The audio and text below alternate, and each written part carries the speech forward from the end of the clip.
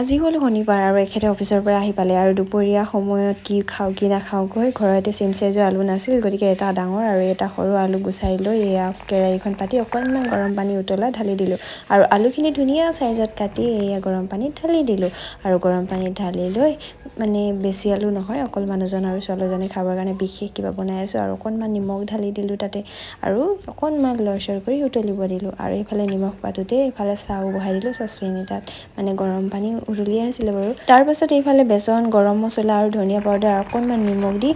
পানী অকণমান দি গুলি ল'লোঁ আৰু এইফালে বইল কৰা আলুখিনি অকণমান সিজিবলৈ দি কাঢ়ি ল'লোঁ আৰু এইফালে যে বেচন থৈছিলোঁ অকণমান পানী দি আলুখিনি তিয়াই দিলোঁ, মানে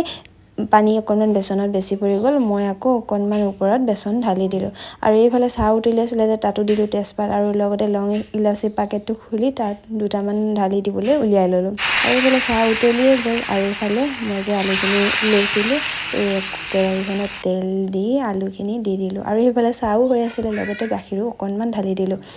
আৰু এয়া আলু বুলিয়ে ক'ব পাৰি, আলু ভাজি কিবা এটা নাম দিলে হ'ল আৰু এইফালে গাখীৰখিনি উতলি পৰিব হৈছিলে, মই চামুচ এখনে ইফাল সিফাল কৰি লৰাই দিলোঁ আৰু মানুহজনে চাহ খাবলৈ এয়া চেনিও দিলোঁ, গতিকে গাখীৰ চাহত অকণমান চেনি হ'লে ভাল পায় আৰু এইফালে প্ৰায় আলু মানে ভাজা হৈ গৈছে, মানে ফ্ৰেঞ্চ ফ্ৰাই বুলিয়ে বনাইছোঁ কিন্তু ঘৰত বনোৱাৰ কাৰণে আলু ভাজি নাম দি দিছোঁ। এইফালে মানুহজনৰ কাৰণে চাহ ৰেডি হৈ গ'ল, অকণমান মেয়নিজ আৰু অকণমান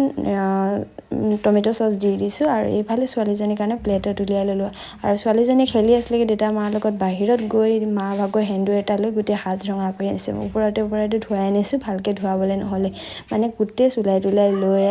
শেষ মানে আৰু এয়া তাই খাই আছে। ভিডিঅ'টো আজি ইমানতে সমাপ্ত কৰিলোঁ, আকৌ আহিম নতুন এটা ভিডিঅ'লৈ, তেতিয়ালৈকে বা